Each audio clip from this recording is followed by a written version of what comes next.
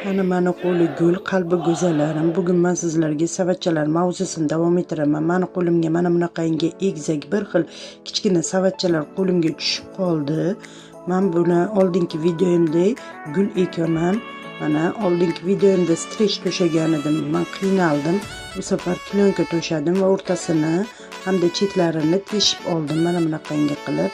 Yonidan chiqib qolgan ortiqchasini kesib yuborishga shoshilmanglar, turib tursin.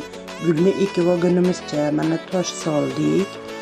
Tosh juda savatim chuqur bo'lmagani uchun toshni kamroq soldim. Tuproq solib to'ldirib oldim. Yaxshi tuproqdan soldim. Mani Telegram, Instagram va YouTube'da ham kuzatishingiz mumkin. Yurakchani mana bunday qilib qizartirib, barbog'ingizni mana bunday qilib qo'ysangiz juda xursand bo'lar edim. Menda mana bunaqangi gul bor edi. Shu gulni men to'yga tiqilib qolgan edi. Shu gulni shunga ekishga qaror qildim. Mana aylana shaklda ekib oldim va o'rtasiga gul ekmoqchi edim, lekin menga bitta g'oya kelib qoldi. Afsuski kech kelib qoldi bu g'oya. O'rtasiga boshqa gul ekmoqchi edim, lekin bo'lmadi. Mana bu savatni ushlaydigan qismi bilasizlar, nozik bo'ladi. Shu joy bo'sh turgani menga yoqmadi. Mana bunday qilib bo'sh qismini sim bilan o'rab oldim. Ko'targanda chiqib ketmasligi uchun va tuvakni mana bu shaklda osib oldim.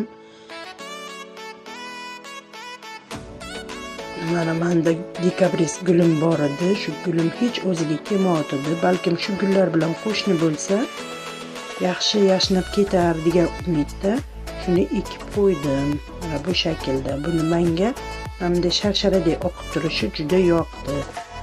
Mana shunday qilib ikkala savatimga bir xil qilib ekdim. Mana bu avvalgi savatim. Mana shunday derazamda turgan edi.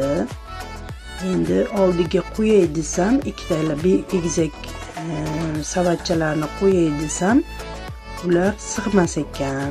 Mana avvalgi holati va hozirgi holati. Eshigimni oldiga bezatib qo'ya qoldim ularni qo'yib. Mana shunday holatga keltirib oldim.